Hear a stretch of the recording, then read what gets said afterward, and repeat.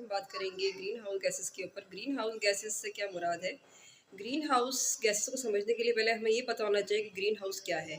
Green house actually सर्द ममालिक में जहाँ पे ज़्यादा ठंड पड़ती है और ख़ुराक का फुकदान हो सकता है, तो सब्ज़ियाँ उगाने के लिए, फलों को उगाने के लिए एक ख़ास किस्म का ग्लास हाउस बनाया जाता है, जिससे दर्जा हरारत जो है वो कंट्रोल किया जा सकता है। पौधों को एक ख़ास दर्जा हरारत की ज़रूरत पड़ती है ताकि उनकी नशो-नुमा हो।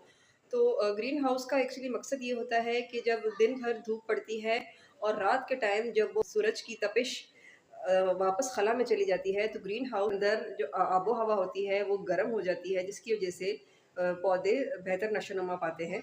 तो ग्रीन हाउस गैसेज़ से मुराद ये है कि खला के अंदर या आसमान के अंदर, हवा के अंदर ऐसी गैसेज़ जो हैं वो रिलीज़ होती हैं जो कि दर्जा हरारत जो कि धरती का दर्जा हरारत बढ़ाती हैं।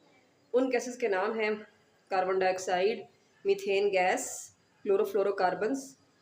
कार्बन डाइऑक्साइड कहाँ पर होती है? कार्बन डाइऑक्साइड जो है वो तो एक तो इंसानी सरगर्मियों की वजह से बहुत ज़्यादा होती जा रही है। जैसे कोयला, तेल और गैस को जब हम बतौर ईंधन इस्तेमाल करते हैं तो उससे कार्बन डाइऑक्साइड रिलीज़ होती है, हवा में ख़ारिज होती है, जिसकी वजह से वो गर्मी को अपने अंदर जज़्ब करके धरती का जो दर्जा हरारत है वो बढ़ा रही है, जिसको हम कहते हैं ग्लोबल वार्मिंग। तो ग्रीन हाउस इफ़ेक्ट का मतलब ये है कि ग्रीन हाउस गैसेज़ जो है वो ग्रीन हाउस इफ़ेक्ट शो करती हैं, जैसे कि बिल्कुल वैसे ही जैसे हम ज़राअत में ग्रीन हाउस बनाते हैं। एयर कंडीशनर्स और रेफ्रिजरेटर्स के अंदर हम जो गैस इस्तेमाल करते हैं उसमें हाइड्रोफ्लोरोकार्बन, क्लोरोफ्लोरोकार्बन्स होती हैं। इनका जो है जो नुकसान एक तो ओज़ोन लेयर के ऊपर भी होता है। ओज़ोन लेयर एक्चुअली एक खोल है जिसके अंदर हमारी ज़मीन, हमारी धरती है, और उस खोल का मकसद ये है कि वो सूरज की ख़तरनाक जो हार्मफुल रेडिएशंस होती हैं, तापकारी शुआओं से धरती को बचाती है। लेकिन उस ओज़ोन लेयर के अंदर होल्स हो रहे हैं, सुराख हो रहे हैं, और उनकी वजह जो है ये क्लोरोफ्लोरोकार्बन्स हैं, जो कि जाके ओज़ोन लेयर के साथ रिएक्शन करते हैं और वहाँ से ओज़ोन की डिप्लीशन हो रही है। ये हाइड्रोफ्लोरोकार्बन, कार्बन भी जो है वो दर्जा हरारत को बढ़ा रहे हैं इस धरती के। मीथेन गैस कहाँ प्रोड्यूस होती है? एक तो लैंडफिल के अंदर जो कचरा सड़ता है, गलता है, तो वहाँ से भी मीथेन गैस रिलीज़ होती है। और जो हम बहुत ज़्यादा खाना घर का ज़ाया करते हैं, जो कूड़े में फेंक देते हैं, तो वो भी जो गैस रिलीज़ करता है उसको हम मीथेन गैस कहते हैं। और मीथेन गैस जो है वो भी एक ग्रीन हाउस, एक पोटेंट ग्रीन हाउस गैस है, जिसकी वजह से दर्जा हरारत इस धरती का बढ़ रहा है। और ग्लोबल वार्मिंग या आप कह लें जो ग्रीन हाउस इफ़ेक्ट की वजह से क्या हो रहा है, क्लाइमेट चेंज का जो इशू है, जो मौसमियाती तब्दीली है, उससे जो नेचुरल डिज़ास्टर्स हैं उनके अंदर शिद्दत आ रही है। जैसे सैलाब और खुश्क साली, इस और तूफ़ानी बारिशें, और जिसको इंसान जो है वो कंट्रोल नहीं कर पा रहा। इसकी जो एक मेजर जो वजह है वो है ग्लोबल वार्मिंग। ग्लोबल वार्मिंग क्यों हो रही है?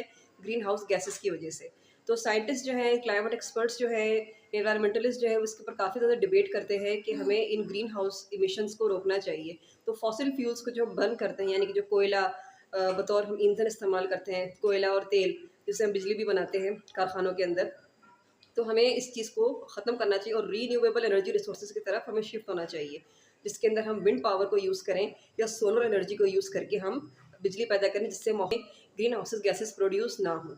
इसी तरीके से जो हम लोग ट्रांसपोर्ट यूज़ करते हैं उसमें ख़ासतौर पर डीज़ल इंजन से काफ़ी जो धुआँ खारिज होता है, उसके अंदर ये तमाम वो गैसेस मौजूद होती हैं, जिससे ग्लोबल वार्मिंग और ग्रीन हाउस इफ़ेक्ट जो है वो बढ़ जाता है। उस गैसेस को कैसे कंट्रोल कर सकते हैं? पहले तो हमें एनर्जी एफिशिएंट फ्यूल इस्तेमाल करना चाहिए। हमें वो गाड़ियाँ इस्तेमाल करनी चाहिए जिनका जो धुआँ है उसके अंदर कम से कम जो है वो इखराज हो ऐसी गैसेस का, जो कि धरती का दर्जा हरारत बढ़ा रही हैं। इसीलिए इलेक्ट्रिक कार्स जो है वो डेवलप्ड नेशंस में इंट्रोड्यूस करवाई गई हैं। Obviously they can afford it, लेकिन पाकिस्तान के अंदर भी अगर हम लोग ऐसी टेक्नोलॉजी लेकर आएँ जिसके अंदर हम रिन्यूएबल एनर्जी रिसोर्सेज़ को इस्तेमाल कर सकें, तो क्या ये मुमकिन है कि हम अगर ऐसी टेक्नोलॉजी लेकर आएँ? पाकिस्तान एक वल्नरेबल कंट्री है। अगर हम बात करें ग्लोबल वार्मिंग की, क्लाइमेट चेंज की, तो पाकिस्तान सबसे ज़्यादा ख़तरे की ज़द में है, क्योंकि पाकिस्तान में तो वैसे ही फ़िज़ाई आलूदगी बहुत ज़्यादा है।